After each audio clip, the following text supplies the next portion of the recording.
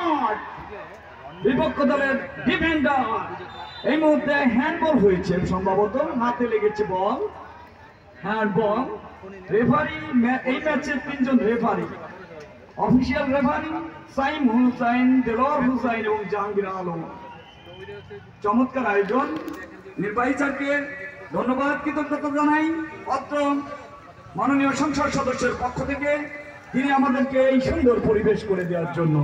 এই মুহূর্তে কিন্তু আক্রমণে ওই ভাব, কিন্তু না, নিজেদের মধ্যে ভালো যা পড়া বল মাঝ মাঠে সতীর্থকে দিলেন ওই ভল। 4 নম্বর ডিফেন্ডারের পায়ে বল এখনো আছে, উচ্চ করে মারলেন। বিপক্ষ সীমানার ডিফেন্ডারের মাথায় লেগে বল চলে যাচ্ছে আব্দুর রহিমের কাছে। আব্দুর রহিমের আক্রমণে আব্দুর রহিম, বল এখনো আছে, কিন্তু দারুণ একটি পাস ক্রস করেছিলেন। এখনো কিন্তু আক্রমণ ওই রামকান্ত, দারুণ আক্রমণ, আত্মঘাতী গোল হওয়ার সম্ভাবনা ছিল, কিন্তু গোলরক্ষক বলকে নিজের গ্রিপে নিলেন। কোনো বিপদ নয়,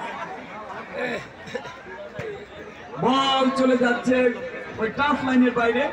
প্রিয় দর্শক, একটি সুন্দর আক্রমণ ছিল, যে আক্রমণে বিপক্ষ দলের অর্থাৎ এই রামকান্তপুরের খেলোয়াড় কিন্তু বলকে কিক করেছিলেন গোলমুখে। ওখানে কিন্তু ভালের একজন খেলোয়াড়ের ডিফেন্ডারের পায়ে লেগে বল কিন্তু তার নিশানা মিস করে গোল পোস্টে ঢুকতে চেষ্টা করেছিল। এ যাত্রায় কিন্তু গোলরক্ষক সতর্ক ছিল, ইমরান কোনো বিপদ নয়। ফলাফল রামকান্তপুর 0, ভাল 0। এই মুহূর্তে মাঝ মাঠে থেকে আবারও কিছুটা